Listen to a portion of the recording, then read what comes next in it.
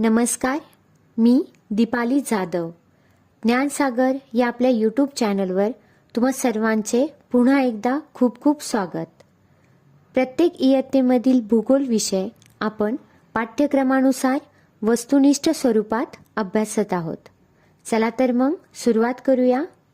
इयत्ता 6वी, विषय भूगोल, पाठ क्रमांक 4, हवा व हवामान. वातावरणाच्या स्थितीत सतत बदल होत असतो.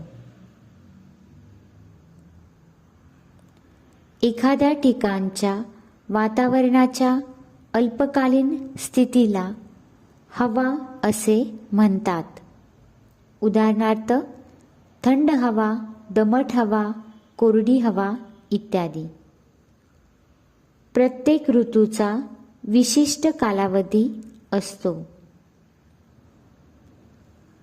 एखाद्या प्रदेशातील हवेची दीर्घकालीन सरासरी स्थिती म्हणजे त्या प्रदेशाचे हवामान होय.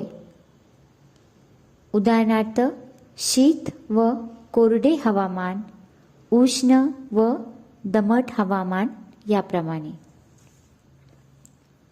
तापमान, वारे, आर्द्रता ही हवेची मुख्य अंगे आहेत.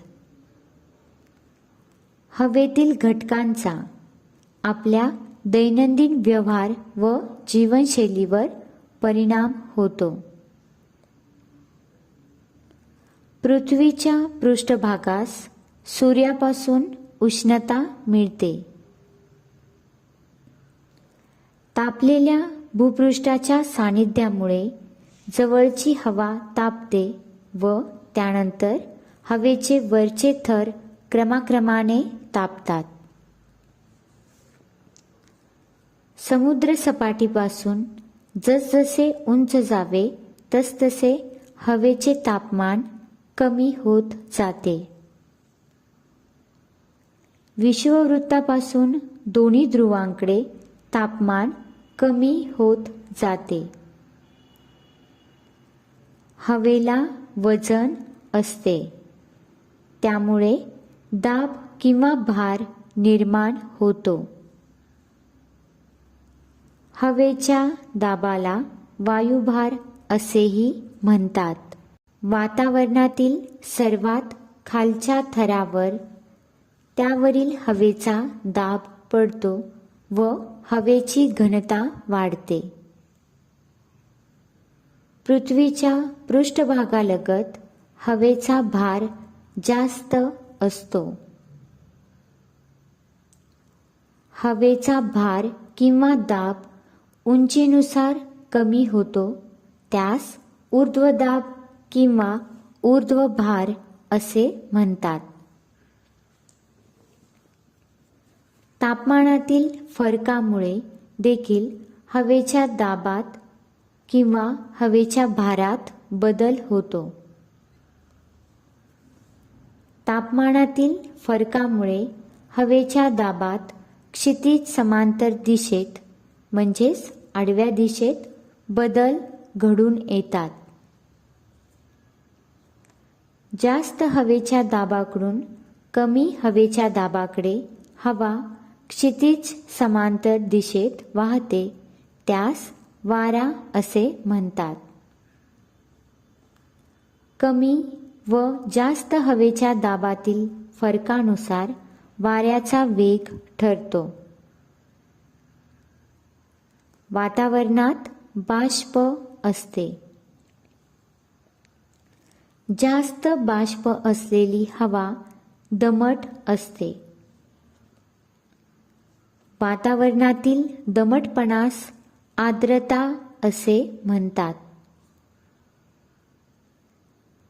वातावरणातील आर्द्रतेचे प्रमाण तापमानावर अवलंबून असते.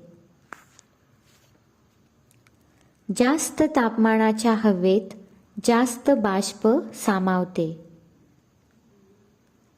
हवेतील बाष्पाचे पाणी व हिम यात होणारे रूपांतर व ते पुन्हा पृथ्वीवर येणे यास वृष्टी असे म्हणतात. पाऊस, हिम, गारा ही वृष्टीची रूपे आहेत. हवेत सतत बदल होतो. हवामानातील बदल दीर्घकाळाने होतो.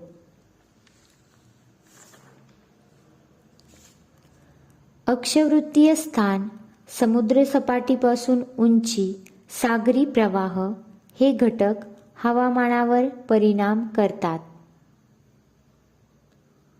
हवामान सर्व ठिकाणी सारखे नसते.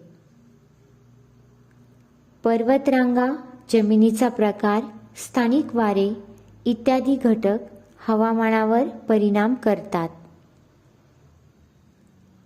जास्त उंचीवर तापमान कमी असल्याने जास्त उंचीवरील ठिकाणे थंड हवामानाची असतात. उदाहरणार्थ महाबळेश्वर. पाणी उशिरा तापते व उशिरा थंड होते.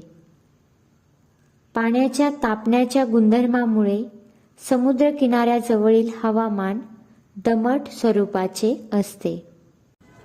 संपूर्ण व्हिडिओ पाहिल्याबद्दल तुम्हा सर्वांचे मनापासून आभार. व्हिडिओ आवडला असल्यास लाईक करा, शेअर करा आणि सबस्क्राईब नक्की करा. धन्यवाद.